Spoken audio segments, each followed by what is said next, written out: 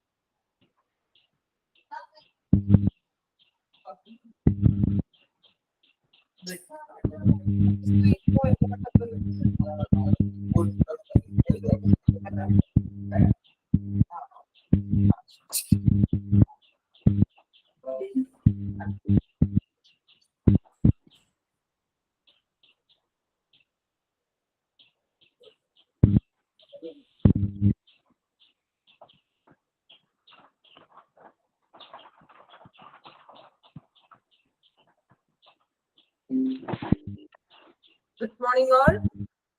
Good morning. Good morning, ma'am. Good morning.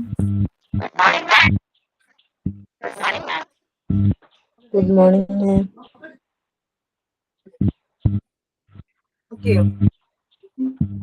Class start ചെയ്യാം. Class start ചെയ്യുന്നതിന് മുൻപ് പ്രത്യേകം പറയണ എല്ലാവരും മ്യൂട്ട് ചെയ്യാൻ ശ്രമിക്കണം. ഇത് കമ്പൽസറി ആയിട്ട് നമ്മൾ എല്ലാ ബാച്ചുകാരോടും പറയാനുണ്ട് കേട്ടോ.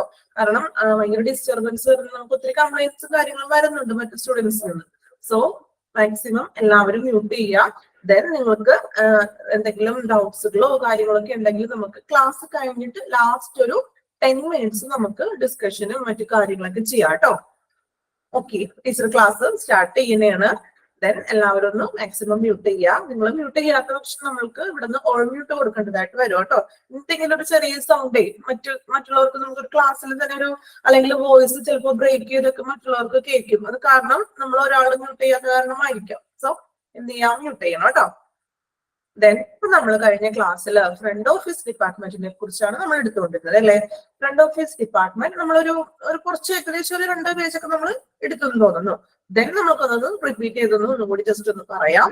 നമ്മൾ പറഞ്ഞു ഫ്രണ്ട് ഓഫീസ് എന്ന് പറയുന്നത് അല്ലെ ഒരു ഹോസ്പിറ്റലിലെ ഇമ്പോർട്ടന്റ് ആയിട്ടുള്ള ഒരു നന്നായിട്ട് പ്രവർത്തിക്കുന്ന നല്ല രീതിയിൽ പ്രവർത്തിക്കുന്ന ഒരു ആരോഗ്യ മേഖലയിലെ ആ ഒരു ടീമിന്റെ അനിവാര്യമായിട്ടുള്ള ഏറ്റവും ഇമ്പോർട്ടന്റ് ആയിട്ടുള്ള ഒരു ഫാക്ടറാണ് ഫ്രണ്ട് ഓഫീസ് ഡിപ്പാർട്ട്മെന്റ് എന്ന് പറയുന്നത് അല്ലെ.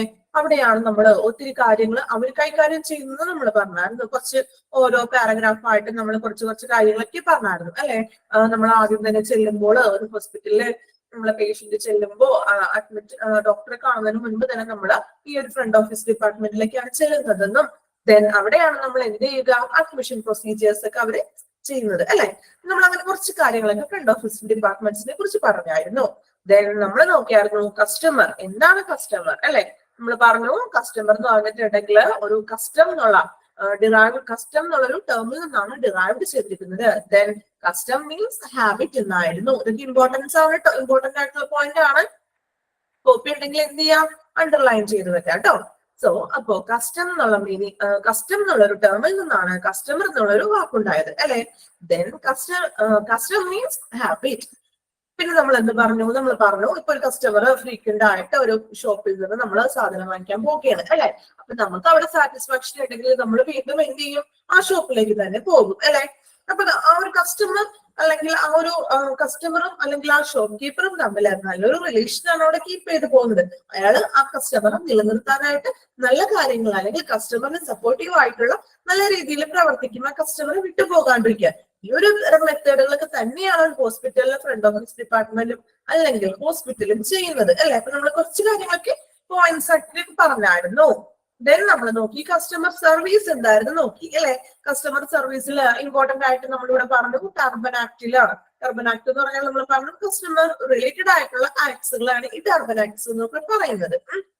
നമ്മൾ പറഞ്ഞു ടർബൻ ആക്ട്സ് 2002 പറഞ്ഞ കാര്യങ്ങളൊക്കെ പറഞ്ഞു. അതായത് കസ്റ്റമർ സാറ്റിസ്ഫാക്ഷൻ എന്ത് ചെയ്യണം, ഇംപ്രൂവ് ചെയ്യണം. ഇംപ്രൂവ് ചെയ്തത് മാത്രമല്ല അവർക്ക് നല്ല രീതിയിലൊരു എന്താ പറഞ്ഞൊരു നല്ല രീതിയിൽ അവർക്ക് ഒരു സപ്പോർട്ടീവ് ആയിട്ടും അല്ലെങ്കിൽ കസ്റ്റമറിന് പ്രോപ്പർ ആയിട്ട് നല്ലൊരു സേവനങ്ങൾ കിട്ടുന്നുണ്ടെന്നൊരു എക്സ്പെക്ടേഷൻ അല്ലെ അവർക്കൊന്ന് ഫീൽ ചെയ്യണം. അതൊക്കെയാണ് ഒരു ടർബൻ ആക്ട് 2002 പറഞ്ഞത്. ഞാൻ കഴിഞ്ഞ ക്ലാസ്സിൽ നിങ്ങളോട് പറഞ്ഞായിരുന്നു ഗൂഗിളിൽ ഒന്ന് സെർച്ച് ചെയ്ത് നോക്കണം ടർബൻ ആക്ട് എന്നൊന്ന്.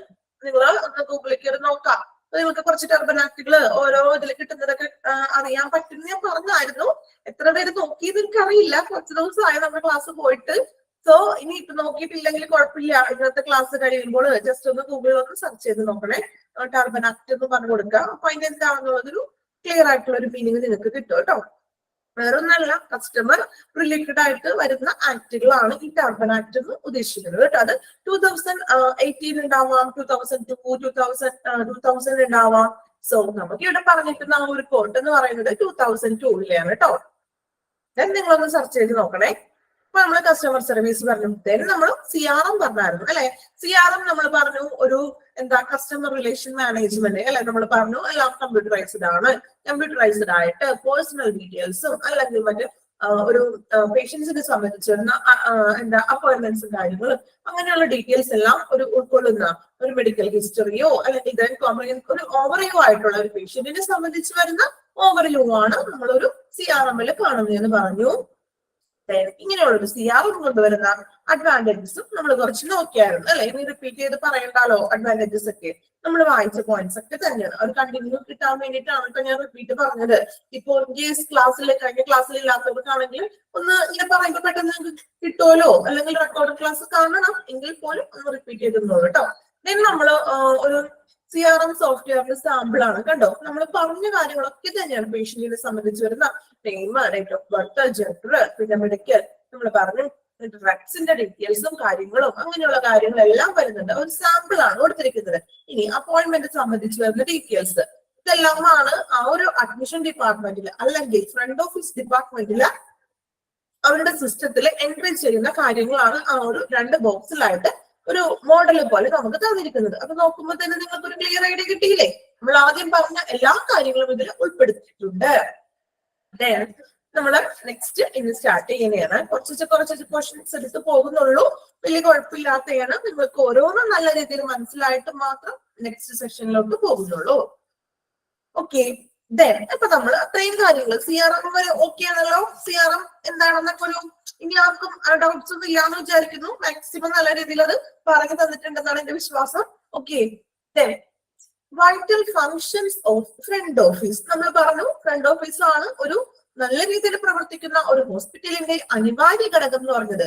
മുഖ്യമായിട്ടുള്ള വളരെ ഇമ്പോർട്ടൻസ് കൊടുക്കുന്ന ഒരു ഫാക്ടർ അല്ലെങ്കിൽ ഒരു ഫാക്ടറാണ് ഫ്രണ്ട് ഓഫീസ് എന്ന് പറഞ്ഞത്. അവിടെ നിന്നാണ് ഒരു ഹോസ്പിറ്റലില് പേഷ്യൻസ് വരുമ്പോൾ ആ ഒരു നമ്മളുടെ പ്രൊസീജിയർ അല്ലെ, നമ്മളൊരു രോഗാവസ്ഥയിൽ ചെയ്യുന്നു, ഡോക്ടറെ കാണണം, നമ്മളുടെ ആ ഒരു പ്രൊസീജിയർ സ്റ്റാർട്ട് ചെയ്യുന്നത് എവിടെ നിന്നാണ്? ഫ്രണ്ട് ഓഫീസ് ഡിപ്പാർട്ട്മെന്റിൽ നിന്നാണ്. ഇനി എന്തൊക്കെയാണ് അവരുടെ vital functions? Vital means important ആയിട്ടുള്ള സുപ്രധാനമായിട്ടുള്ള എന്നൊക്കെയുള്ള ഒരു അർത്ഥമാണ് കേട്ടോ. അപ്പോ vital functions of front office department എന്തൊക്കെയാണ് അവരുടെ മെയിൻ ആയിട്ടുള്ള ഫങ്ഷൻസ് എന്നാണ് നമ്മൾ ഇനി നോക്കുന്നത്. ഒരു പോയിന്റ്സ് ആയിട്ടാണ് തന്നിരിക്കുന്നത്. എളുപ്പമാണ്, കുഴപ്പമില്ലാട്ട് നമുക്ക് വായിച്ച് മനസ്സിലാക്കാൻ പറ്റുന്നതാണ്. ഓക്കെ. ഫസ്റ്റ് പോയിന്റ് നിങ്ങൾ നോക്കാം. To identify and analyse customer needs and problems. ഇവിടെ കസ്റ്റമർ എന്ന് പറയുന്നത് ഞാൻ പലവട്ടം എടുത്തെടുത്ത് പറഞ്ഞു. കസ്റ്റമർ എന്ന് പറയുന്നത് നമ്മൾ പേഷ്യന്റിനെ ആണ് ഒരു ഹോസ്പിറ്റലിലെ കസ്റ്റമർ എന്ന് അവർ ഡിനോട്ട് ചെയ്യുന്നത്. Okay.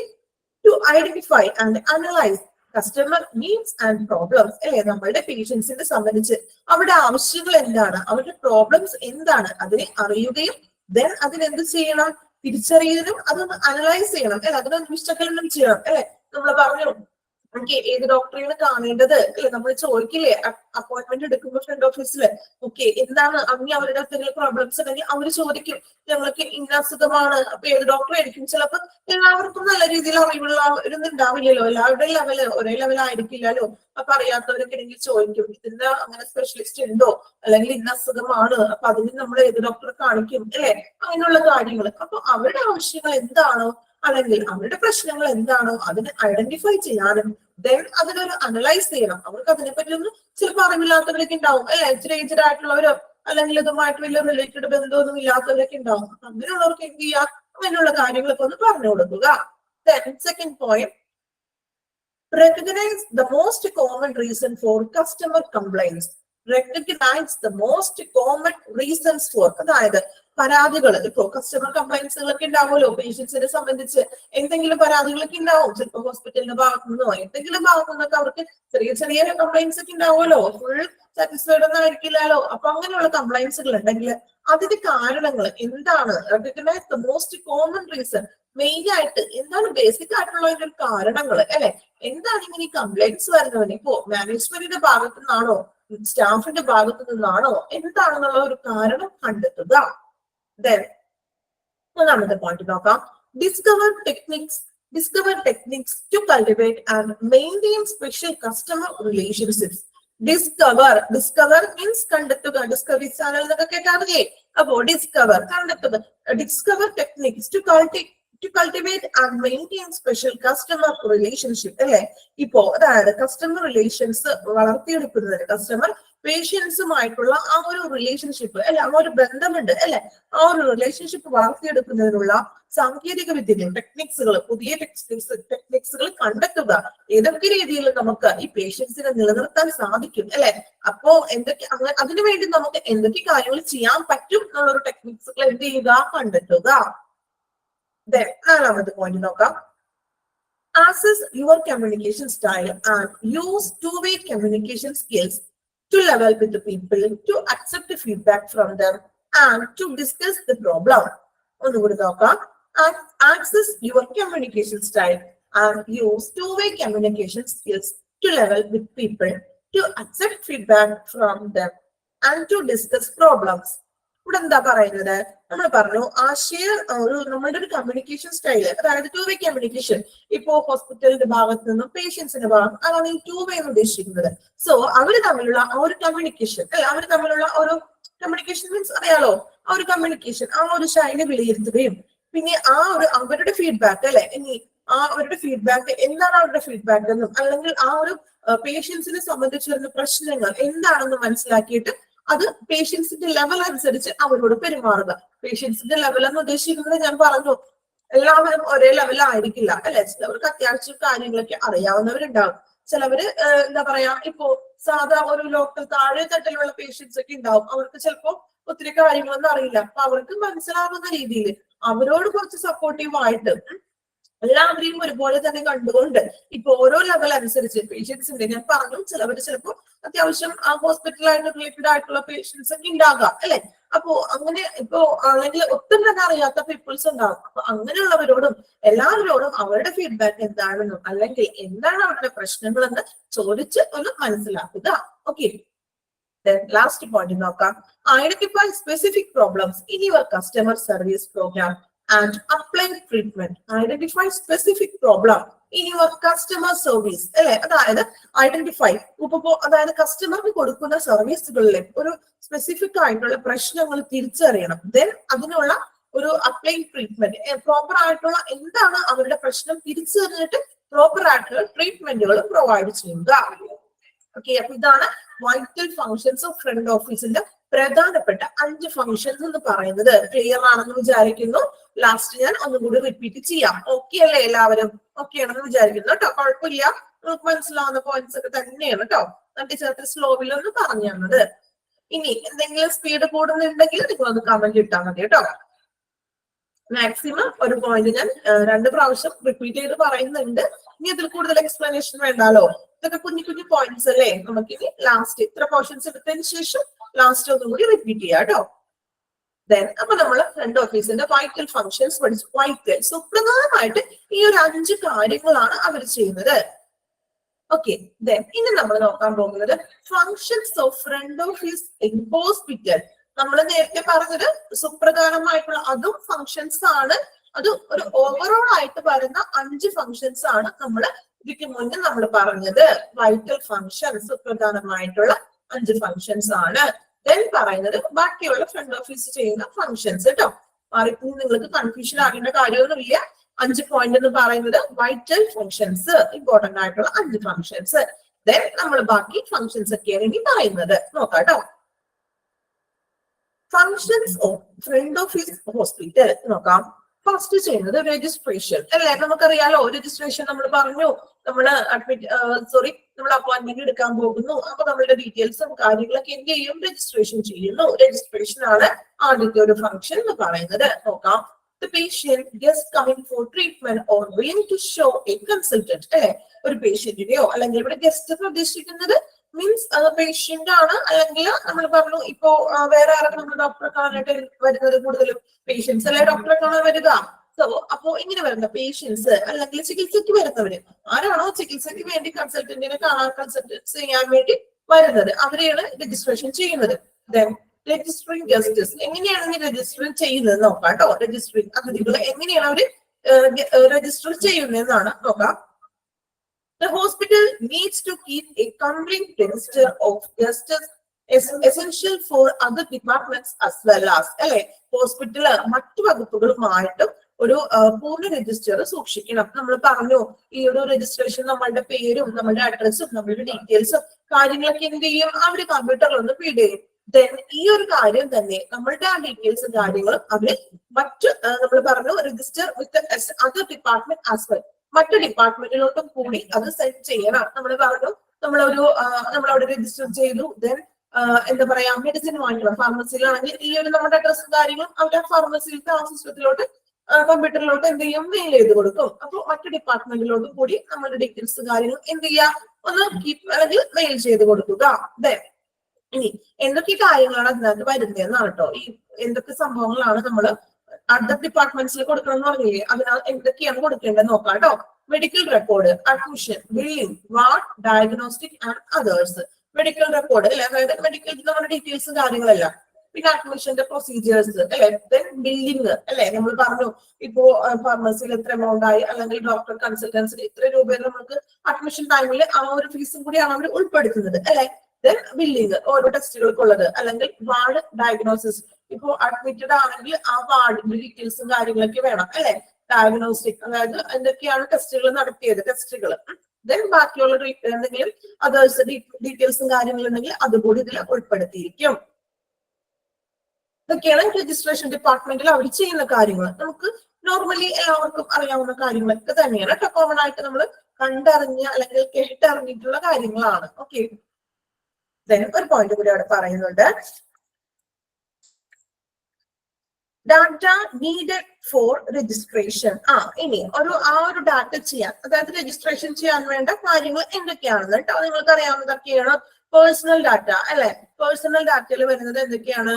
Any information relating to an identified or identifiable natural person. ഇപ്പോ അതായത് നമ്മൾ ആ ഒരു തിരിച്ചറിയാൻ പറ്റുന്നത്, ആ വ്യക്തിയെ തിരിച്ചറിയാൻ പറ്റുന്ന രീതിയിലുള്ള എന്തെങ്കിലും ഒരു ആ വ്യക്തിയുമായിട്ട് റിലേറ്റഡ് ആയിട്ടുള്ള കാര്യങ്ങൾ. അതായത് example name, address, phone number, ഇയാളുടെ പേര്, ഇയാള് ഇന്ന അഡ്രസ് ആണ്, അല്ലെങ്കിൽ ഫോൺ നമ്പർ, അത്രയും കാര്യങ്ങളുണ്ടെങ്കിൽ നമുക്ക് ഒരു വ്യക്തിയുടെ ഡീറ്റെയിൽസ് കിട്ടിയില്ലേ? അത്യാവശ്യം ഒരു പേഴ്സണൽ ഡീറ്റെയിൽസ് അല്ലേ ഒരു നെയിം, അഡ്രസ്, ഫോൺ നമ്പർ എന്ന് പറയുന്നത്. അതാണ് പേഴ്സണൽ ഡാറ്റയിൽ ഉൾപ്പെടുന്നത്. ഓക്കെ ആണല്ലോ, ഫസ്റ്റ് പോയിന്റ്. അപ്പൊ അത്രയേ ഉള്ളൂ. ദെൻ സെക്കൻഡ് നോക്കാം. Information to guest informations. ഇനി ഇൻഫർമേഷൻ ടു ഗസ്റ്റ് ഇവിടെ ഉദ്ദേശിക്കുന്നത് ഇനി അവർക്കുള്ള വിവരങ്ങൾ എന്തൊക്കെയാണ്, അവർക്ക് നമ്മൾ കുറച്ച് കാര്യങ്ങളൊക്കെ പറഞ്ഞു കൊടുക്കുമല്ലോ. അങ്ങനെ വിവരങ്ങൾ നമ്മൾ ഈ ഫ്രണ്ട് ഓഫീസ് ഡിപ്പാർട്ട്മെന്റ്സ് പറഞ്ഞു കൊടുക്കും. അതിനകത്ത് നമുക്ക് നോക്കാം. Tariff, senior citizen club, other packages, other investigation, laboratory, diagnostic, emergency inpatients. Tariff ഉദ്ദേശിക്കുന്നത് നമുക്കറിയാം ഇപ്പൊ ടാക്സ് വരുന്ന അങ്ങനത്തെ ഉള്ള കേസസ് ഒക്കെ ഇല്ലേ. എല്ലാവർക്കും ഒന്നും ഉണ്ടാവില്ല, ചിലപ്പോ ചില പേഷ്യൻസിന് വലിയ വലിയ കേസസ് ഒക്കെ വരുമ്പോഴായിരിക്കും അങ്ങനത്തെ ഉള്ള കേസസ് പറയുന്നത്. ദെൻ സീനിയർ സിറ്റിസൺഷിപ്പ്, നമ്മൾ സിറ്റിസൺ ക്ലബ്ബ്, ചിലപ്പോ എന്താ പറയാ ഇത്ര സീനിയർ സിറ്റിസന് അല്ലെങ്കിൽ ഇത്ര ചികിത്സയിൽ ഇപ്പോൾ ഇളവും കാര്യങ്ങളും അങ്ങനെയൊക്കെ വരുന്നതൊക്കെ ഉണ്ടെങ്കിൽ അങ്ങനെയുള്ള കാര്യങ്ങളൊക്കെ ഒന്ന് അല്ലെങ്കിൽ അങ്ങനത്തെ ഒരു ക്ലബും കാര്യങ്ങളൊക്കെ ഉണ്ടെങ്കിൽ അതൊന്ന് ഇൻഫോം ചെയ്യുക. ദെൻ അതർ പാക്കേജസ്, ഇപ്പോ നമുക്കിപ്പോ ഡെലിവറിക്കൊക്കെ അങ്ങനെ ഓരോ പാക്കേജസ് ഒക്കെ പറയുന്നില്ലേ, ഇത്ര ഇപ്പൊ ഡെലിവറി കഴിഞ്ഞ് ഇത്ര ഡേയ്സ് അഡ്മിറ്റഡ് ആയിട്ട് ഇത്ര ഒരു രൂപയാണ് ടോട്ടലി വരുന്നത്, ഫുഡ് എല്ലാ ചെലവും കാര്യങ്ങളൊക്കെ നോക്കിയിട്ട് ഓരോരോ പാക്കേജസ് പറയാറുണ്ട് അല്ലെ. അപ്പോ അങ്ങനെയുള്ള പാക്കേജസ് ഒക്കെ ഉണ്ടെങ്കിൽ അതിന്റെ ഡീറ്റെയിൽസ് കൊണ്ട് പറഞ്ഞു കൊടുക്കുക.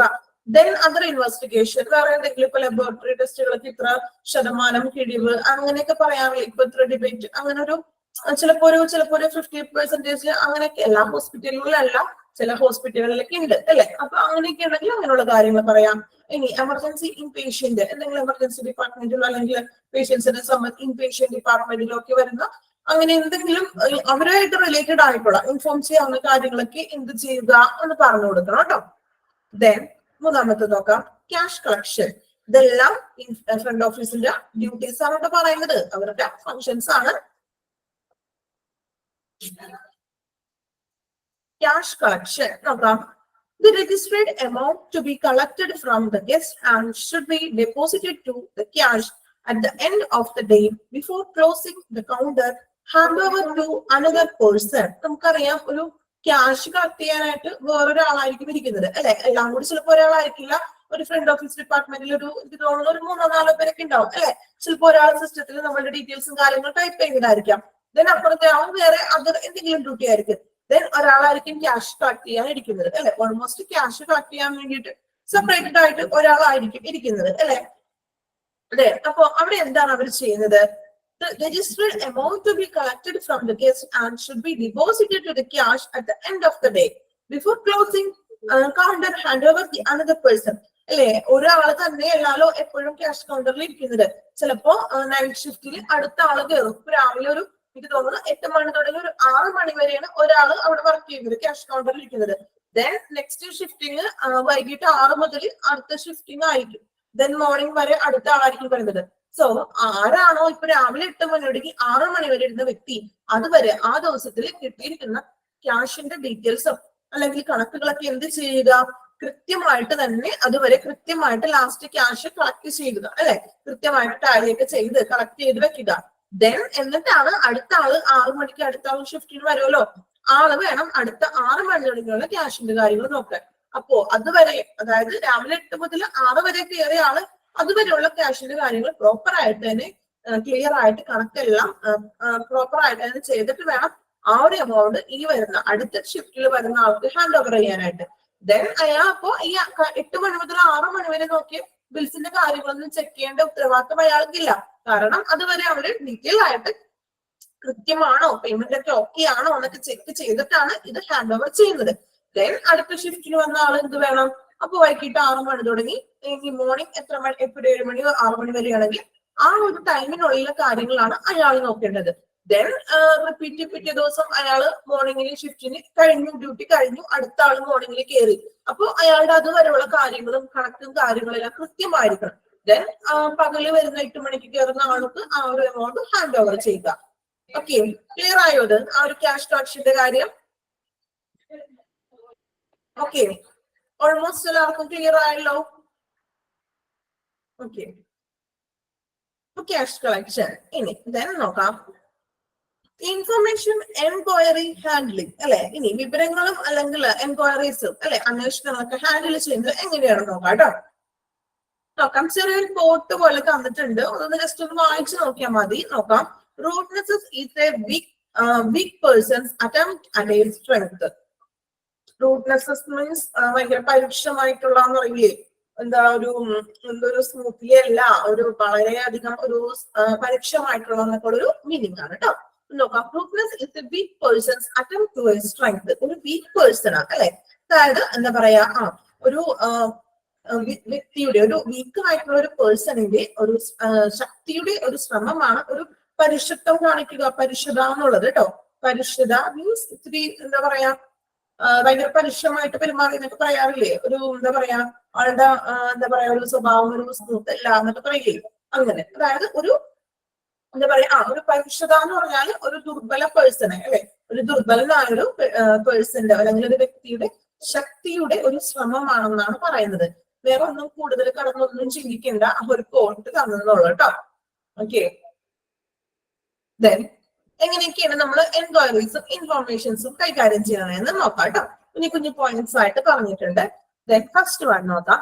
B considerate friendly and courteous അല്ലെ, നമ്മൾ പറഞ്ഞു ബി കൺസിഡറേറ്റ് ചെയ്യുക അല്ലെ, നമ്മൾ പറഞ്ഞു ഒരു കൺസിഡറേറ്റ് ചെയ്യുക, ഒരു പരിഗണന കൊടുക്കണം അല്ലെ, ഒരു ഫ്രണ്ട്ലി ആയിട്ടും അല്ലെങ്കിൽ നല്ല രീതിയിൽ ഒരു പരിഗണന കൊടുക്കണം. പിന്നെ നമ്മൾ പറഞ്ഞു ഒരു മര്യാദയോട് കൂടി അല്ലെ, ഒരു പൊളൈറ്റ് ആയിട്ട് നല്ല രീതിയിൽ എന്ത് ചെയ്യാം, കോർട്ടസ് മീൻസ് ആ ഒരു മര്യാദയോട് കൂടിയിട്ടൊക്കെ നമ്മൾ പറയില്ല, ഒരു മാനേഴ്സ് കീപ്പ് ചെയ്യണം എന്നൊക്കെ പറയില്ലേ, അങ്ങനെ ഒരു നല്ലൊരു മര്യാദയോട് കൂടിയിട്ട് ഒരു അവർക്ക് ഫ്രണ്ട്ലി ആയിട്ട് ഒരു നല്ലൊരു പരിഗണന കൊടുക്കണം. ആർക്കാണ് പരിഗണന കൊടുക്കേണ്ടത്?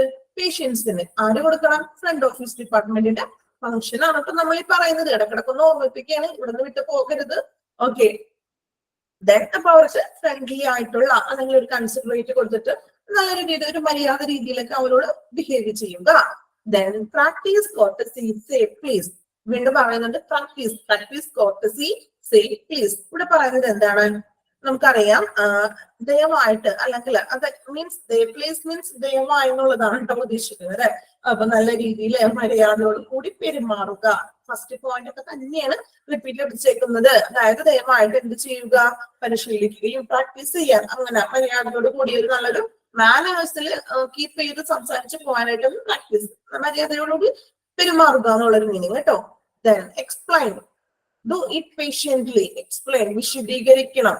Do it patiently. ഇനി എന്തെങ്കിലും കാര്യങ്ങളൊക്കെ ഉണ്ടെങ്കിൽ അതിനെ ക്ഷമയോടുകൂടി, പേഷ്യന്റ്ലി മീൻസ് ക്ഷമയോടുകൂടി നല്ലൊരു ബിഹേവിയറോട് കൂടി അവരോടൊന്ന് എക്സ്പ്ലെയിൻ ചെയ്ത് കൊടുക്കുക അല്ലെ. എന്തെങ്കിലും പ്രശ്നങ്ങളോ അല്ലെങ്കിൽ എന്തെങ്കിലും കാര്യങ്ങളൊക്കെ അഡ്മിഷൻ ഡിപ്പാർട്ട്മെന്റിൽ വന്ന് ചോദിക്കുമ്പോൾ അവരോട് പേഷ്യൻസിനോട് ചാടിക്കളിച്ചൊന്നും പറയാൻ പാടില്ല. ദേഷ്യപ്പെട്ട് മീൻസ് അങ്ങനെ എന്താ പറയാ, ദേഷ്യപ്പെട്ട് അങ്ങനെ വളരെ പരുഷമായിട്ടൊന്നും ഒരിക്കലും പറയാൻ പാടില്ല. ഒരു പേഷ്യന്റ് ആയിട്ട് തന്നെ നല്ലൊരു ക്ഷമയോട് കൂടി കാര്യങ്ങളൊക്കെ ഒന്ന് പ്രോപ്പറായിട്ട് കൈകാര്യം ചെയ്യുക. Then allow criticism അല്ലെ. ക്രിറ്റിസിസം മീൻസ് എന്താണ്? ഒരു വിമർശനം അനുവദിക്കുക. ഇവിടെ വിമർശിക്കുക ഉദ്ദേശിക്കുന്നത് അങ്ങനെയല്ല, അവരുടെ ഒരു പേഷ്യൻസിനെ സംബന്ധിച്ച ഒരു വിലയിരുത്തലൊക്കെ ഉണ്ടാവുമല്ലോ. അപ്പോ അങ്ങനെ ഉണ്ടെങ്കിൽ അവർക്ക് ഒരു ഫീഡ്ബാക്ക് പറയാനായിട്ടുള്ള ഒരു അവസരങ്ങൾ അവർക്ക് നൽകണം. ഓക്കെ, അപ്പൊ ഇൻഫോർമേഷൻ എൻക്വയറി ഹാൻഡ്ലിംഗ് വരുന്നത് ഈ ഒരു 5 പോയിന്റ്സ് ആണ്. ഒന്നുകൂടി നോക്കാം.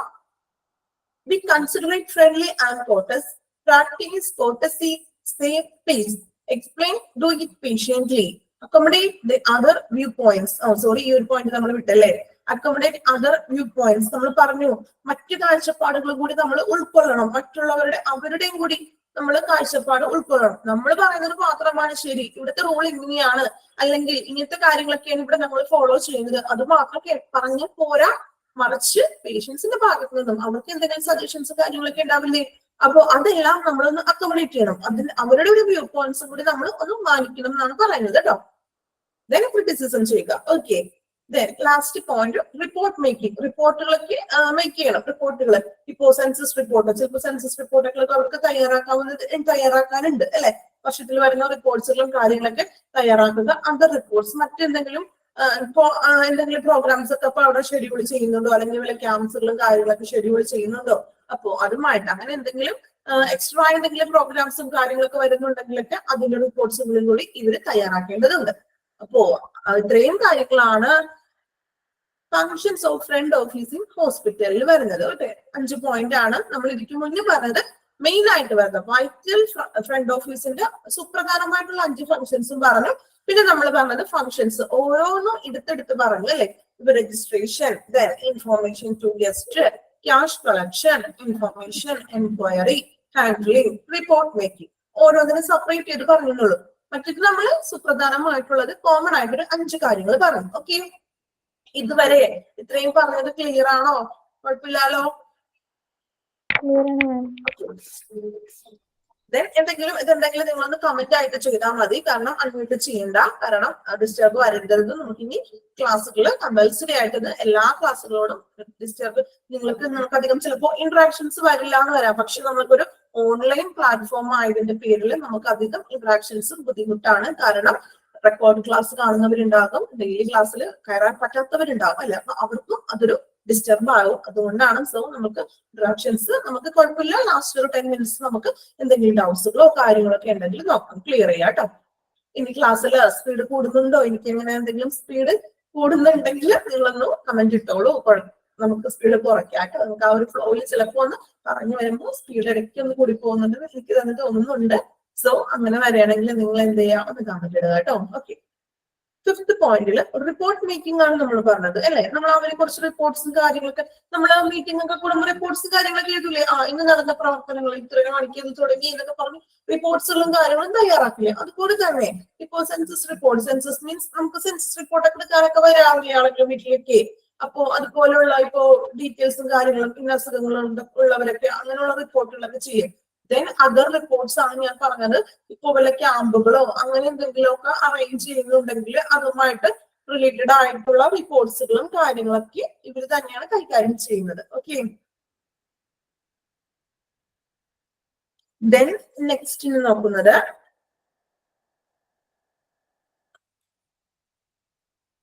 ഓക്കെ. അപ്പൊ ഫ്രണ്ട് ഓഫീസ് ഏകദേശം ഒരു ഐഡിയ കിട്ടിയെന്ന് ഞാൻ വിചാരിക്കുന്നു. ദെൻ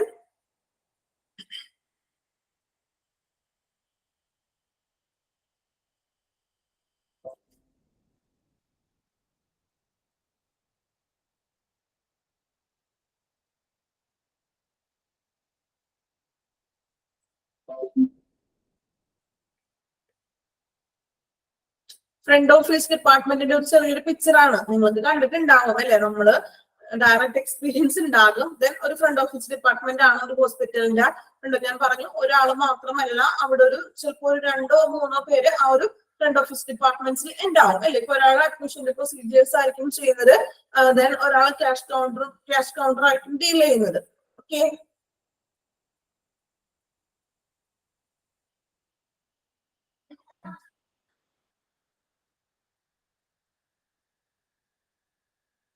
ദെൻ നമ്മളൊരു CRMന്റെ ഒരു ചെറിയൊരു മോഡലാണ് നിങ്ങൾക്ക് എക്സാമ്പിൾ പോലെ ഞാൻ എടുത്തിട്ടുന്നുള്ളൂ. നമ്മുടെ പ്രിന്റഡ് നോട്ടിൽ ഉണ്ടായിരുന്നു. അതുപോലെ തന്നെ ഒരു ചെറിയൊരു ഇപ്പൊ കണ്ടോ, ഒരു പേഷ്യന്റിന്റെ നെയിം കൊടുത്തിട്ടുണ്ട്. Then summary, care plans, teams, lab results ഉണ്ട് അല്ലെ. അങ്ങനെയുള്ള കുറച്ച് അതർ ഇൻഫോർമേഷൻസ് ആയിരിക്കും കേട്ടോ. PG അതൊക്കെ ആക്ടിവിറ്റീസ് കൊടുക്കുക അല്ലെ. ഇപ്പൊ അയാളുടെ പേഴ്സണൽ ഡീറ്റെയിൽസ് ഉണ്ട്, അല്ലെങ്കിൽ ആക്ടിവിറ്റീസ്, അപ്പോയിന്റ്മെന്റ്സ്, ഏതൊക്കെ ഡോക്ടറിനെയാണ് കണ്ടത്, ഏതൊക്കെ ദിവസത്തിലാണ് അത് അപ്പോയിന്റ്മെന്റ്സ് വരുന്നത് അല്ലെ. അങ്ങനെയുള്ള കാര്യങ്ങൾ ഇപ്പൊ കോൺടാക്ട് ചെയ്യാനായിട്ട് ഇമെയിൽ ഉണ്ട്, അയാളുടെ ഫോൺ നമ്പർ, അങ്ങനെയുള്ള നമ്മൾ പറഞ്ഞില്ലേ ഒരു CRM മൊത്തത്തിലുള്ള ഒരു കാര്യങ്ങളൊക്കെ ഒരു എന്താ പറയാ നമ്മൾ പറഞ്ഞു ടോട്ടൽ ആയിട്ട് ഒരു കോംപ്രഹെൻസീവ് ആയിട്ടുള്ള ഒരു റിപ്പോർട്ട് കാര്യങ്ങളൊക്കെയാണ് ഈ ഒരു CRMൽ വരുന്നത്. ഓക്കെ, നമുക്ക് കോപ്പിയിലുള്ളതൊക്കെ തന്നെയാണ് കേട്ടോ. ഞാൻ ജസ്റ്റ് ഒന്ന് എടുത്തിട്ടുന്നുള്ളൂ. ഇനി അറിയാത്തവരുണ്ടെങ്കിൽ ഒന്നുകൂടി ക്ലിയർ ആവാൻ വേണ്ടി കേട്ടോ. ദെൻ നോക്കി common features of health care CRM software. നമ്മള് CRMന്റെ സോഫ്റ്റ്വെയറിന്റെ കാര്യം നമ്മൾ പറഞ്ഞറിഞ്ഞില്ലേ. അപ്പോ കോമൺ ഫീച്ചേഴ്സ് ആണ് നിങ്ങൾക്ക് പഠിക്കാനൊക്കെ ഉള്ളത് തന്നെയാണ്. വലിയ കുഴപ്പമില്ല. നിങ്ങളിപ്പോ ഒരു പണി ചെയ്യാം, നിങ്ങൾ എന്ത് ചെയ്യാം, ഒന്ന് നോട്ട്ബുക്ക് എടുക്കാം കേട്ടോ. എല്ലാവരും ഒന്ന് നോട്ട്ബുക്ക് എടുക്കുക. ദെൻ ഈ ഒരു കുറച്ച് പോയിന്റ്സ് ഒന്ന് എഴുതിയെടുക്കണേ. ഞാൻ വായിച്ചു തരാം, സ്ക്രീനിൽ വിട്ടിട്ടുണ്ട്. നിങ്ങളൊന്ന് ജസ്റ്റ് ഒന്ന് നോട്ട് ചെയ്തൊന്ന് എഴുതിയെടുക്കാം കേട്ടോ. എല്ലാവരും സ്ക്രീനിൽ നോക്കി എഴുതിക്കോളൂലേ. 5 minutes ടൈം തരാം. ഞാൻ പറയുമ്പോൾ ചിലപ്പോൾ ഇനി വോയിസ് വല്ല ബ്രേക്ക് ചെയ്തിട്ടുണ്ടെങ്കിലും പ്രശ്നമാണല്ലോ. സോ എല്ലാവർക്കും സ്ക്രീൻ ക്ലിയർ ആണോ? ഒന്ന് കമന്റ് ഇടണേ. സ്ക്രീൻ ക്ലിയർ ആണോ? ഓക്കെ, ദെൻ നിങ്ങൾ അതൊന്ന് എഴുതിയെടുത്തോളൂ കേട്ടോ.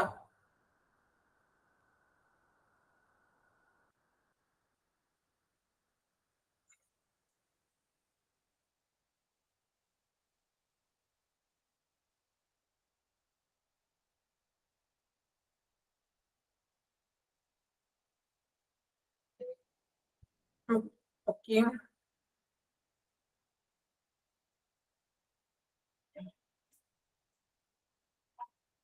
ഓക്കെ അല്ലേ? Yes, ma'am.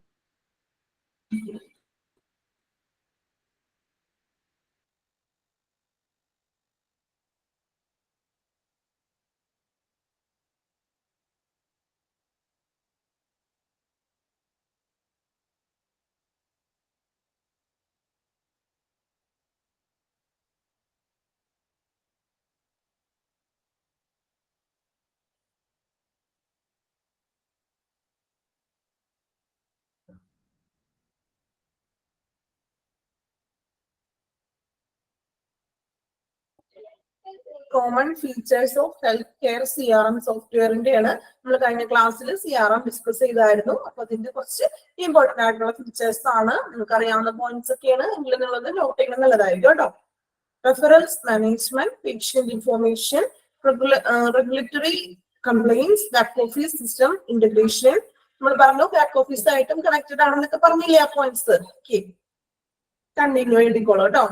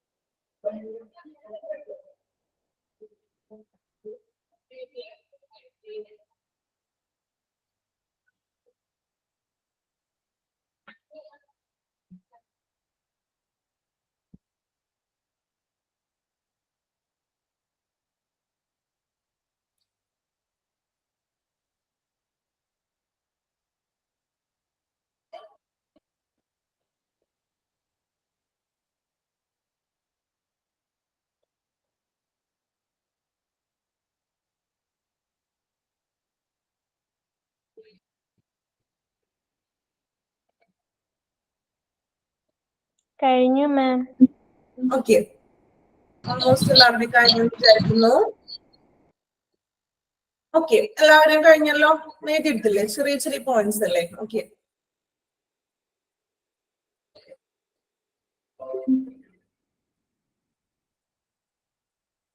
then നമുക്ക് നെക്സ്റ്റ് സെഷൻ. ഒന്നുകൂടെ കാണിക്കോ? കഴിഞ്ഞില്ല.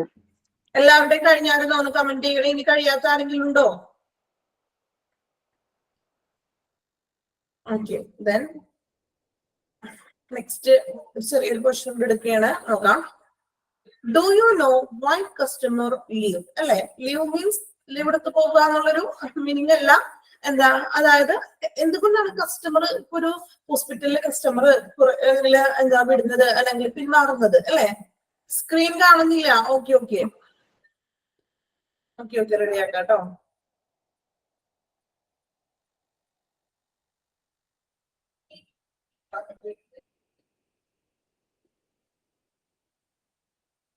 ഇപ്പൊ ഓക്കെ ആണോ? Okay ma'am. Then do you know why customer leave? അല്ലെ, എന്തുകൊണ്ടാണ് കസ്റ്റമർ വിടുന്നത്? വിടുന്നത് മീൻസ് ഹോസ്പിറ്റലിലെ കസ്റ്റമർ അല്ലെങ്കിൽ പേഷ്യൻസ് കുറയുന്നത് എന്തുകൊണ്ടാണെന്ന്, കുറയാനുള്ള കാരണങ്ങൾ എന്തൊക്കെയാണെന്നാണ് നോക്കുന്നത്. ഇവിടെ ഓരോ പെർസെന്റേജ് ആയിട്ട് തന്നിട്ടുണ്ട്. കൺഫ്യൂഷൻ ഒന്നും വേണ്ട.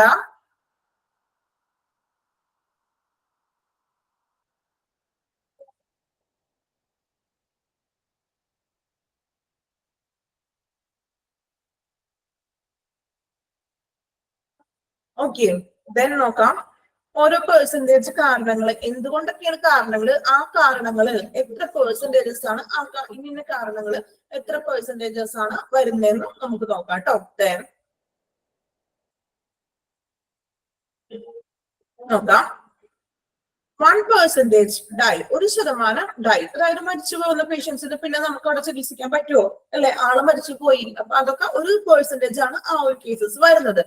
ദെൻ 3% മൂവ് എവേ, 3%, 3% ആളുകൾ അകന്നു പോണു മീൻസ് ചിലപ്പോ അവര് മറ്റ് ഏതെങ്കിലും ഹോസ്പിറ്റലിലേക്കോ അങ്ങനെ പോകുന്നതായിരിക്കാം, പക്ഷെ അവര് മാറിപ്പോകുന്നു. Then 5% develop other relationship.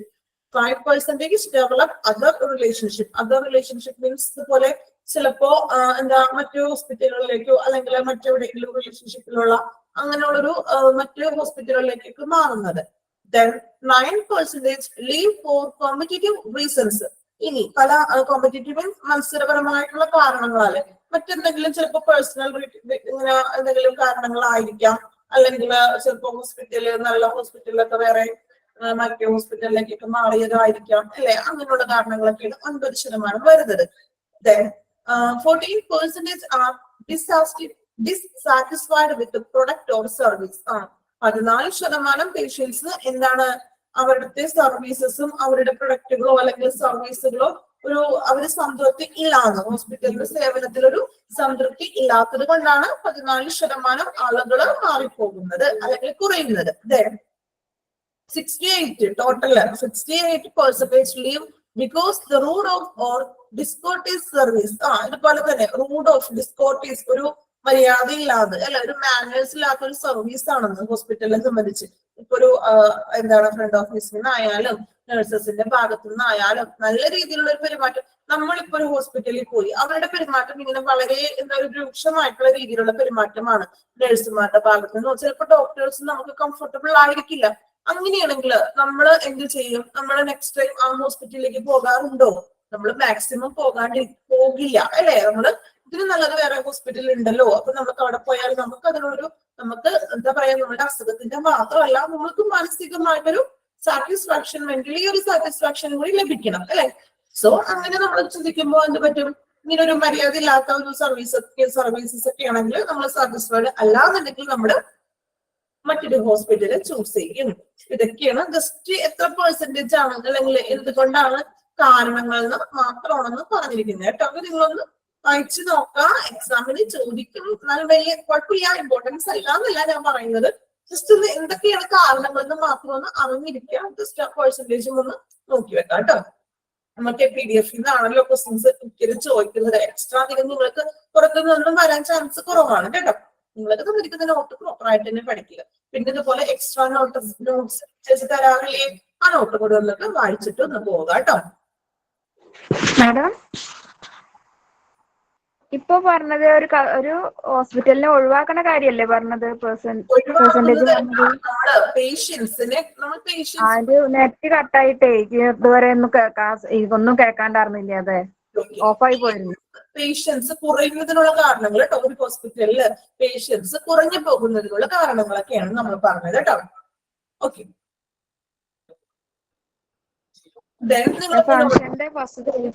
മാത്രമേ കേട്ടുള്ളൂ, ബാക്കി ഒന്നും കേട്ടില്ല. ഒന്നുകൂടി റിപ്പീറ്റ് ചെയ്യാം. നമ്മള് ഒരു ഹോസ്പിറ്റലിലെ പേഷ്യൻസിന്റെ കുറവ് വരുന്നത്, പേഷ്യൻസ് കുറയുന്നതിന്റെ കാരണങ്ങളാണ് നമ്മൾ ഡിസ്കസ് ചെയ്തത്. അതിന്റെ കാരണങ്ങൾ, ഓരോ കാരണങ്ങൾ എത്ര ശതമാനമാണ് ഇങ്ങനെ കാരണങ്ങൾ കൊണ്ട് കുറയുന്നത് കൂടിയാണ് ഇവിടെ മെൻഷൻ ചെയ്തിരിക്കുന്നത്. ഫസ്റ്റത്തെ 1% ആളുകൾ ഡൈ, അതായത് മരിച്ചു പോകുന്നു അല്ലെ? ചില പേഷ്യൻസ് ചികിത്സ കഴിക്കുമ്പോൾ മരിച്ചു പോകുന്നു. പിന്നെ മരിച്ചുപോയ പേഷ്യൻസ് പിന്നെ അവിടെ ചികിത്സയ്ക്ക് നിൽക്കുമോ? ഇല്ല, ചികിത്സയ്ക്ക് ഉണ്ടാവില്ലല്ലോ. അങ്ങനെയുള്ള കേസസ് 1%. 3% മൂവ് അവേ, 3% ആളുകൾ ചിലപ്പോൾ അകന്നു പോകുന്നു. അകന്നു പോകുന്നു മീൻസ് ചിലപ്പോൾ ഒരു വട്ടം വരുന്നുള്ളൂ, നെക്സ്റ്റ് ടൈം അവർ വരുന്നില്ല ആ ഹോസ്പിറ്റലില്. 5% ഡെവലപ്പ് അതർ റിലേഷൻഷിപ്പ്, മറ്റു ബന്ധങ്ങളിലൊക്കെ അവർ പോകുന്നു. മറ്റു ബന്ധങ്ങൾ മീൻസ് ചിലപ്പോൾ അവർ വേറെ ഹോസ്പിറ്റലിൽ തേടെയോ അല്ലെങ്കിൽ വേറെ ഏതെങ്കിലും ട്രീറ്റ്മെന്റ്സ് തുടർന്നുകൊണ്ട് പോകുന്നു. 9% leave for competitive reason. Competitive reasons means മത്സരപരമായിട്ടുള്ളത്. ഇപ്പൊ ഏതെങ്കിലും നല്ല മൾട്ടി സ്പെഷ്യലിസ്റ്റ് ഹോസ്പിറ്റലിലേക്ക് പോവുകയോ അങ്ങനെയുള്ള കൂടുതൽ എക്സ്ട്രാ ഡെവലപ്മെന്റ്സ് ഒക്കെ ഉള്ള ഹോസ്പിറ്റലിലേക്ക് അവർ മാറുകയോ ചെയ്യുന്ന ഒരു കാര്യം വരാം. 14%, 14% ആളുകൾ അവരുടെ സേവനത്തിൽ ഒരു എന്താ പറയാ സംതൃപ്തരല്ല. ഹോസ്പിറ്റലിന്റെ ഭാഗത്ത് നിന്ന് കൊടുക്കുന്ന സേവനങ്ങൾ അവർക്കൊരു സംതൃപ്തി ഇല്ല. നമ്മൾക്കൊരു സംതൃപ്തി ഇല്ലെങ്കിൽ നമ്മളിപ്പോ ഒരു കടയിൽ ചെന്ന് ഒരു സാധനങ്ങൾ വാങ്ങിച്ചു, അല്ലെങ്കിൽ എക്സാമ്പിൾ നമുക്ക് ഹോസ്പിറ്റലിൽ തന്നെ എടുക്കാം. നമ്മളൊരു ഹോസ്പിറ്റലിൽ പോയി അഡ്മിഷന്റെ ഭാഗത്തു നിന്നായാലും നഴ്സസിന്റെ ഭാഗത്തു നിന്നായാലും ചിലപ്പോൾ നമുക്ക് ചില ഡോക്ടേഴ്സിന്റെ സേവനം ചിലപ്പോൾ നമുക്ക് കംഫർട്ടബിൾ ആയിരിക്കില്ല അല്ലെ? അപ്പോ അങ്ങനെ വരുന്ന കേസസിൽ നമ്മൾ വീണ്ടും അങ്ങോട്ട് തന്നെ ചെല്ലാൻ സാധ്യത വളരെ കുറവാണ് അല്ലെ? നമുക്കൊരു കംഫർട്ട് അല്ലെങ്കിൽ നമ്മൾ നെക്സ്റ്റ് ടൈം ഒരിക്കലും പോകില്ല അല്ലെ? മറ്റൊരു ഹോസ്പിറ്റലിൽ നമ്മൾ പോകുള്ളൂ. അങ്ങനെയുള്ള കേസസ് ആണ് 14% വരുന്നത്. 68, 68% ടോപ്പായിട്ട് എന്ത് കാരണങ്ങളാണ്? ഡിസ്കോർട്ടീവ് സർവീസ്. ഈ ഒരു ഇതൊക്കെ തന്നെ, അതായത് മര്യാദയോട് കൂടി അല്ലാത്തൊരു പെരുമാറ്റം. അങ്ങനെയുള്ള പെരുമാറ്റം നമുക്ക് ഒരിക്കലും അത് ഇഷ്ടപ്പെടില്ലല്ലോ അല്ലെ? നമുക്ക് ആർക്കാരും അതിനൊന്നും അംഗീകരിക്കാൻ ബുദ്ധിമുട്ടാണ് അല്ലെ? നമ്മളോട് നല്ല രീതിയിൽ അവർ പെരുമാറുന്നുണ്ടെങ്കിൽ നമുക്ക് വീണ്ടും വീണ്ടും പോകാൻ തോന്നും അല്ലെ? ഇപ്പൊ നമ്മളുടെ വീട്ടില് നമ്മള് അല്ലെങ്കിൽ എന്താ പറയാ ഇപ്പൊ ജസ്റ്റ് അങ്ങനെ ഇപ്പൊ വരുമ്പോ അവർ നല്ല രീതിയിലൊക്കെ ഒരു എന്താ പറയാ സ്വീകരിച്ചു, അങ്ങനെ നല്ല രീതിയിൽ അവരോട് നല്ല രീതിയിൽ അവർ സംസാരിക്കുകയൊക്കെ ചെയ്തിട്ടുണ്ടെങ്കിൽ നമ്മൾക്ക് എന്താണ് നമുക്ക് വീണ്ടും ഇന്നയാളുടെ വീട്ടിൽ പോകാം എന്നൊരു തോന്നാറുണ്ട് ഇല്ലേ? ഇപ്പൊ നമ്മൾ ചെയ്യുമ്പോ എന്തൊരു ഇഷ്ടക്കേട് മൂലം അങ്ങനെ ഒരു ഇഷ്ടക്കേട് കാണിക്കുകയാണെങ്കിൽ ഇത് നമുക്ക് പിന്നെ മേലിൽ നമ്മൾ ആ വീട്ടിലേക്ക് പോകില്ല. അങ്ങനെ ഒരു കാര്യം നിങ്ങൾ അത്ര മാത്രം ഒന്ന് ആലോചിച്ച് നോക്കാം കേട്ടോ. ഓക്കെ, അപ്പൊ അതാണ് നമ്മൾ എന്തുകൊണ്ടൊക്കെയാണ് പേഷ്യൻസ് ഇങ്ങനെ ലീവ് ചെയ്യുന്നുള്ള കാരണമാണ് പറഞ്ഞത്. ഓക്കെ, ക്ലിയർ ഡൗട്ട്സ് ചോദിച്ച ആൾക്ക് റിപ്പീറ്റ് ഡൗട്ട്സ് ചോദിച്ച ആൾക്ക് മനസ്സിലായെന്ന് വിചാരിക്കുന്നു കേട്ടോ. Then next നോക്കാം, the customer wants you to. ഇനി കസ്റ്റമർ എന്താണ് ആഗ്രഹിക്കുന്നത്? ഇതൊക്കെ ഇവര് ചെയ്യുന്ന കാര്യങ്ങൾ നമ്മൾ പറഞ്ഞത് ഫ്രണ്ട് ഓഫീസ് ഡിപ്പാർട്ട്മെന്റ് കസ്റ്റമേഴ്സിന് വേണ്ടി ചെയ്യുന്ന കാര്യങ്ങളാണ് നമ്മൾ പറഞ്ഞത്. ഓക്കെ, ദെൻ ഇനി കസ്റ്റമർ എന്തൊക്കെയാണ് അവർക്കുള്ള വിവരങ്ങൾ, അല്ലെങ്കിൽ എന്തൊക്കെയാണ്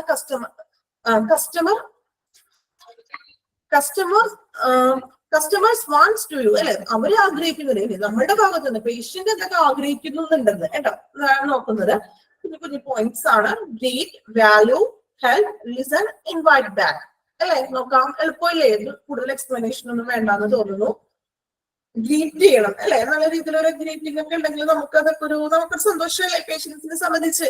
നല്ല രീതിയിലൊന്ന് ഗ്രീറ്റ് ചെയ്യുക. ദെൻ വാല്യൂ, ഒരു മൂല്യം കാണുക അതില് എല്ലാവരുടെ സംസാരത്തിലായാലും ആ ഒരു ഓരോ കാര്യങ്ങളിലും ഒരു എന്താ പറയാ ഒരു വാല്യുബിൾ ആയിട്ട് തന്നെ കാണുക. ദെൻ ഹെൽപ്പ്, എന്തെങ്കിലും സഹായങ്ങളൊക്കെ ഉണ്ടെങ്കിൽ സഹായങ്ങൾ ചെയ്യുക. ലിസൺ, അവരുടെ പ്രശ്നങ്ങൾ എന്താണോ, അല്ലെങ്കിൽ അവർക്ക് അറിയാത്ത കാര്യങ്ങളൊക്കെ ഒത്തിരി ഉണ്ടാവില്ലേ. ഞാൻ പറഞ്ഞു എല്ലാവരുടെ ലെവല് ഒരുപോലെ അല്ല, ചിലപ്പോൾ ഒട്ടും അറിയാത്ത ആളുകളൊക്കെ ഉണ്ടാവും അല്ലെ. എന്താ പറയാ വെച്ചാൽ പഴയ ആളുകള് അല്ലെങ്കിൽ ഒത്തിരി പ്രായമായവരൊക്കെ ചിലപ്പോൾ അവർക്ക് ഒരു കാര്യങ്ങളും അറിയാൻ പറ്റില്ലായിരിക്കും. ഇന്ന കൗണ്ടറിൽ പോകണം, അല്ലെങ്കിൽ മെഡിസിൻ വാങ്ങിക്കാൻ അവിടെ ചെല്ലണം അല്ലേ, അങ്ങനെയുള്ള കാര്യങ്ങളൊന്നും അറിയില്ലായിരിക്കും. അപ്പൊ അവരൊക്കെ നമുക്ക് എന്ത് ചെയ്യാ, ഒന്ന് ഹെൽപ്പ് ചെയ്ത് കൊടുക്കുക. സ്ക്രീൻ കാണില്ല. ബാക്കി എല്ലാവർക്കും നോക്കിയാണോ, ഒരാൾക്ക് മാത്രമാണോ കാണാത്തത്? കമന്റ് ചെയ്യണേ.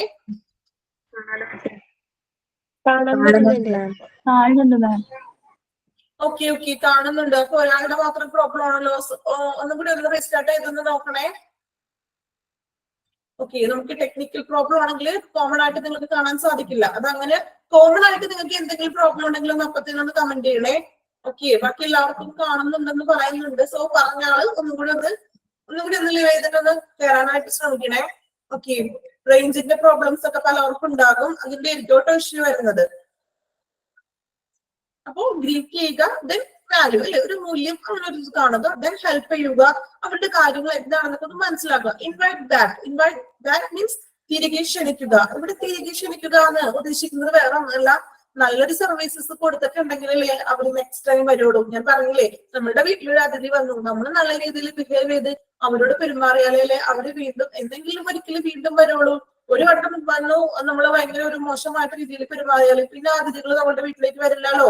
സോ ആ ഒരു സിറ്റുവേഷൻ തന്നെ ഒരു ഹോസ്പിറ്റലിൽ നല്ല രീതിയിലുള്ള ഒരു പെരുമാറ്റവും പേഷ്യന്റ് സാറ്റിസ്ഫൈഡ് ആണെങ്കിലും നമുക്ക് വീണ്ടും എന്തെങ്കിലും ഒരു അസുഖം എന്തെങ്കിലും വരുമ്പോൾ നമുക്ക് അങ്ങോട്ട് ആ ഹോസ്പിറ്റലിലേക്ക് തന്നെ നമ്മൾ പോകും. അല്ലെങ്കിൽ നമ്മൾക്കറിയാവുന്ന മറ്റാർക്കെങ്കിലും നമ്മുടെ റിലേറ്റീവ്സിനോ അങ്ങനെ എന്തെങ്കിലും ഇഷ്യൂസ് ഒക്കെ ഉണ്ടെങ്കിൽ നമ്മൾ അതിന്റെ ഹോസ്പിറ്റലിൽ പോയിക്കോളൂ കേട്ടോ. നല്ല ഹോസ്പിറ്റലാണ്, അവര് നല്ല പെരുമാറ്റമാണ്, നല്ല ഡോക്ടേഴ്സ് ആണെന്ന് നമുക്ക് പറഞ്ഞു കൊടുക്കാനായിട്ട് സാധിക്കും അല്ലെ. അതാണ് ഇൻവൈറ്റ് ബാക്ക് എന്ന് ഉദ്ദേശിക്കുന്നത്. ഓക്കെ, അപ്പൊ കസ്റ്റമർ ആഗ്രഹിക്കുന്ന ഇത്രയും കാര്യങ്ങളാണ്: greet, value, help, reason and invite back. Okay ആണല്ലോ. ഓക്കെ, നമുക്കൊരു 5 minutes ഉള്ളൂ. പിന്നെ നെക്സ്റ്റ് സ്റ്റാർട്ട് ചെയ്യുന്നില്ല. ഇതുവരെ എടുത്തത് എല്ലാവർക്കും ഓക്കെ ആണോ, ക്ലിയർ ആണോ? ഓക്കെ,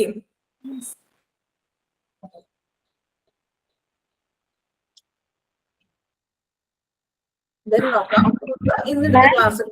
ഓക്കെ, ആ ഫങ്ഷൻസിന്റെ 2, 3, 4, 5 ഒന്ന് പറയൂ. വൈറ്റൽ ഫങ്ഷൻസ് ആണോ? Front office function. Vital functions ആണോ പറയുന്നത്? ഫസ്റ്റത്തെ രജിസ്ട്രേഷൻ കഴിഞ്ഞിട്ട് ഇൻഫർമേഷനും ക്യാഷ് ഇതൊക്കെ. Okay cash collection, information, okay. Information to guest എന്ന് ഉദ്ദേശിക്കുന്നത് അവർക്കുള്ള വിവരങ്ങൾ എന്തൊക്കെയാണ് പേഷ്യൻസിന് കൊടുക്കുന്നതാണ് ഇൻഫർമേഷനിൽ പറയുന്നത്. അതായത് ടാരിഫ്, ഇപ്പൊ നിങ്ങൾ ടാക്സിനെ ഒക്കെ സംബന്ധിച്ചിട്ടുണ്ടെങ്കിൽ അങ്ങനെയുള്ള ഡീറ്റെയിൽസ് ഒക്കെ പേഷ്യൻസിന് പറഞ്ഞു കൊടുക്കുക. ദെൻ സീനിയർ സിറ്റിസൺ ക്ലബ്ബ്, ഇപ്പോ സീനിയർ സിറ്റിസൺ എന്തെങ്കിലും എക്സ്ട്രാ ചിലപ്പോ എന്തെങ്കിലും ക്ലബ്സുകളും കാര്യങ്ങളൊക്കെ ഉണ്ട്, അവർക്ക് ചിലപ്പോൾ ട്രീറ്റ്മെന്റ്സിന് എന്തെങ്കിലും ഇളവും കാര്യങ്ങളൊക്കെ ഉണ്ടെങ്കിൽ അതൊന്ന് പറഞ്ഞു കൊടുക്കുക. ദെൻ അതർ പാക്കേജസ്, ഇപ്പൊ ഡെലിവറി പാക്കേജസ് ഒക്കെ വരുന്നില്ലേ ഓരോ ഹോസ്പിറ്റലിലൊക്കെ അല്ലെ. ഒട്ടുമിക്ക ഹോസ്പിറ്റലിലും ഇത്ര രൂപയ്ക്ക് നമുക്ക് ഫുൾ ചെലവ് ഒരു പാക്കേജ് പോലെയാണ് അവർ പറയുന്നത്. ഇപ്പോ എന്താണ്, എന്താ പറയാ, ഇപ്പൊ റൂമിന്റെ റെന്റുകളും കാര്യങ്ങളും മൊത്തത്തിലുള്ള ഒരു പാക്കേജ് ആണ് ടോട്ടലി പറയുന്നത്. അപ്പൊ അങ്ങനെയുള്ള പാക്കേജസുകൾക്ക് അവൈലബിൾ ആണെങ്കിൽ അതിന്റെ ഒരു ഡീറ്റെയിൽസ് ഒന്ന് പറഞ്ഞു കൊടുക്കുക. ദെൻ ലബോറട്ടറി ഡയഗ്നോസ്റ്റിക് ടെസ്റ്റുകളുടെ എന്തെങ്കിലും പ്രത്യേകതകളുണ്ടോ, അല്ലെങ്കിൽ ടെസ്റ്റുകൾക്ക് ഇത്ര ശതമാനം പൈസ കുറവ് അങ്ങനെയൊക്കെ വരാറുണ്ട്, ചില ഹോസ്പിറ്റലിലൊക്കെ ചെയ്യാറുണ്ട്. ഇങ്ങനത്തെ കാര്യങ്ങളൊക്കെ ഉണ്ടെങ്കിൽ അതൊന്ന് പറഞ്ഞു കൊടുക്കുക. ദെൻ എമർജൻസി അല്ലെങ്കിൽ ഇൻപേഷ്യന്റ് അല്ലെങ്കിൽ ഇപ്പോൾ അവിടെ കിടക്കുന്ന പേഷ്യൻസിനെ സംബന്ധിച്ചുള്ളതോ എമർജൻസി കേസസുകളിലൊക്കെ എന്തെങ്കിലും കാര്യങ്ങളൊക്കെ ഉണ്ടെങ്കിൽ ആ ഒരു ഡീറ്റെയിൽസ് ഒന്ന് അവർക്ക് പറഞ്ഞു കൊടുക്കുക. അതൊക്കെയാണ് ഇൻഫോർമേഷൻ കൊടുക്കേണ്ട കാര്യങ്ങൾ. ദെൻ ക്യാഷ് കളക്ഷനിൽ പറയുന്നത് നമ്മൾ പറഞ്ഞു, ഒരു ക്യാഷ് കൗണ്ടറിൽ ചിലപ്പോ ഒരാൾ ഡ്യൂട്ടിക്ക് ഉണ്ടാവും. ആ ഒരാൾ മാത്രമായിരിക്കില്ല ഡ്യൂട്ടിക്ക് വരുന്നത് അല്ലെ. ഇപ്പൊ ഒരു ക്യാഷ് കളക്ഷനില് രാവിലെ 8 മണി തുടങ്ങി വൈകിട്ട് 6 മണി വരെയായിരിക്കും ഒരു ഷിഫ്റ്റ് എന്ന് പറയുന്നത്. അപ്പോ ദെൻ ആ വൈകിട്ട് 6 മണിക്ക് ആ രാവിലെ കയറിയ ആള് 6 മണിക്ക് ഇറങ്ങും അല്ലെ. 6 മണിക്ക് ഇറങ്ങിയിട്ട് ദെൻ നെക്സ്റ്റ് അടുത്ത പേഴ്സണാണ് അടുത്ത ഷിഫ്റ്റിൽ വരുന്നത്. ആ ഒരു വൈകിട്ട് 6 ടു ചിലപ്പോൾ മോർണിംഗ് 6 വരെ ആയിരിക്കും നെക്സ്റ്റ് ഷിഫ്റ്റ് വരുന്നത്. സോ രാവിലെ ഒരു 8 മണിക്ക് തുടങ്ങി 6 മണിക്ക് വരെ ഒരു ആള് ഓൾറെഡി ഉണ്ട്. അപ്പോ ആ 8 മണി രാവിലെ 8 മണി തുടങ്ങി വൈകിട്ട് 6 മണി വരെ ഒരാൾ ആദ്യം ഉണ്ടാവുമല്ലോ. അപ്പോ 6 മണി വരെ കിട്ടിയിരിക്കുന്ന ക്യാഷ് കളക്ട് ചെയ്തിട്ട് ആ ഒരു ക്യാഷ് എമൗണ്ട് കറക്റ്റ് ആണോ പ്രോപ്പർ ആണോ എന്നൊക്കെ എണ്ണി തിട്ടപ്പെടുത്തി അല്ലെങ്കിൽ പ്രോപ്പർ ആയിട്ട് എന്ത് ചെയ്യുക. ദെൻ അതുവരെയുള്ള കണക്കുകൾ അയാളാണ് നോക്കേണ്ടത്. ദെൻ 6 മണിക്ക് അടുത്ത ആൾ വരുമ്പോ അത്രയും ടൈമിനുള്ളിൽ കിട്ടിയ ക്യാഷ് ഡീറ്റെയിൽസ് ആയിട്ട് ഉണ്ടാകുന്ന പ്രോപ്പർ ആയിട്ടൊന്ന് ടാലി ചെയ്ത് ഓക്കെ ക്ലിയർ ആണെങ്കിൽ ക്ലിയർ ആയിട്ട് തന്നെ വേണം അടുത്ത ആൾക്ക് ഹാൻഡ് ഓവർ ചെയ്യാൻ.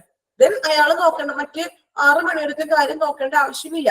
ദെൻ അയാൾ 6 മണിക്ക് പുതിയ അടുത്ത ആൾ വന്നു വൈകിട്ട് 6 മണി തുടങ്ങി പിറ്റേ ദിവസം നെക്സ്റ്റ് മോർണിംഗ് 6 മണിവരെയായിരിക്കും അയാളുടെ ഡ്യൂട്ടി.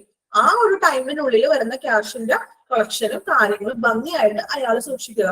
ദെൻ അടുത്ത മോർണിംഗ് ഷിഫ്റ്റിൽ വരുന്ന ആൾക്ക് ഇത് കറക്റ്റ് ആയിട്ട് കൈകാര്യം ചെയ്ത് കണക്കൊക്കെ കൂട്ടിയിട്ട് അടുത്ത ആളെ ഹാൻഡ് ഓവർ ചെയ്യുക.